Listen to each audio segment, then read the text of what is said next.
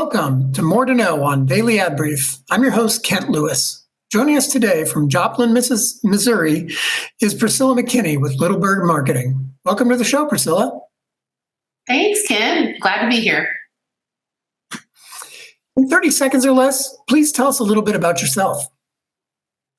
Well, I am a cultural anthropologist by training, now a CEO of a digital ad company, and we specifically work with firms who are looking to create a content marketing plan for effective lead generation.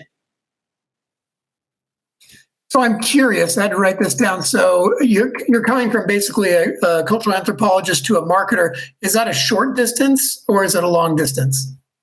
You know, it's an incredibly short distance, actually. It's a good question. But if you think about cultural anthropology and how we understand that we have certain tacit agreements about how we're going to behave, about how we're going to think about things, about the meaning that is behind words that we use, and the conventions behind, I'm a buyer, you're a seller, I'm a mom, you're a son, these kinds of like human interactions, it actually is an incredibly small step over to marketing and understanding human to human interaction.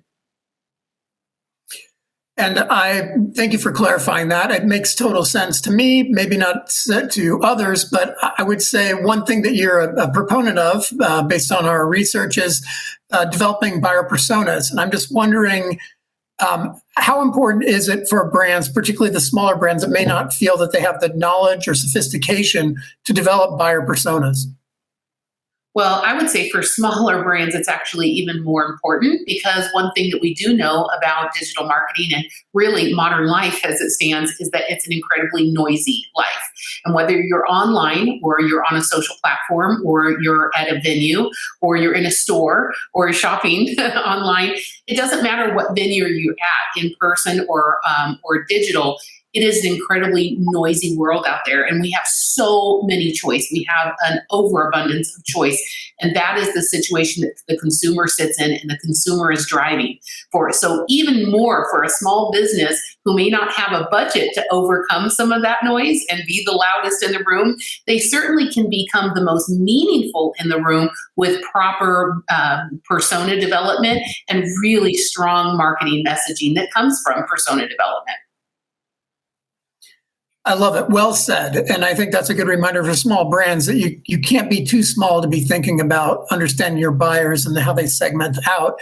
I'm just wondering, with artificial intelligence and machine learning, natural language, all this intelligence and all this data, where do you see your expertise in relation to the big picture of marketing? Where do you see it going the next, say, 2 to 5 years? Yeah, well, I would say, first of all, guess who programs all of that AI and natural language processing? Those are all humans that are creating that. And so what we understand about personas is going to be the foundation of all of those great programs. And they are going to be able to automate so many things we don't want to do anymore, and actually that we don't do as efficiently as, say, a computer might do. So I think where things are going in the digital world, the consulting and the side of really understanding the psychographics and understanding what buyers need, what buyers want, and how quickly that can change is definitely there's a role to play for the human and the experienced human in digital marketing, so that we can inform how to best use these really important tools that we really ultimately can't live without. And are there any tools in particular that you would highly recommend, particularly for smaller business, to carry out some of the execution on this? Well, there's really no excuse for not doing just the hard, dirty work. And that is rolling up your sleeves and really asking yourself some hard questions about your most ideal client. And I would say for small businesses, this is very, very, very hard because they like to say everybody is their client. And the moment that they say everybody is their client, really nobody is your most ideal client. So honing that message in can be done with some great resources online. I'm not the only one that has great resources out there for persona development, but I'd say roll up your sleeve ask yourself some of the hard questions. Be willing to say, I'm going to pick a small niche. I'm going to make very meaningful messages for this particular group, and I'm going to give up on this idea that I can be perfect for everybody. You're not, so make an effort there. And if you just one added little bonus, if you get that work done, you also typically in a small business have very good relationships with your current most ideal clients. And it would be great if you could maybe give them some kind of a nice gift in order to give you a few minutes to interview them and really solidify your understanding of why they do business with you.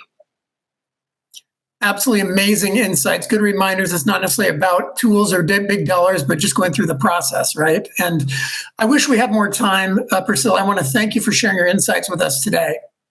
To find out more about this episode's guest, sorry. If you want to learn more about Priscilla, please, or the topic of anthropology and digital marketing, please visit dailyadbrief.com. And we'll hope you join us next time on More to Know. Thank you.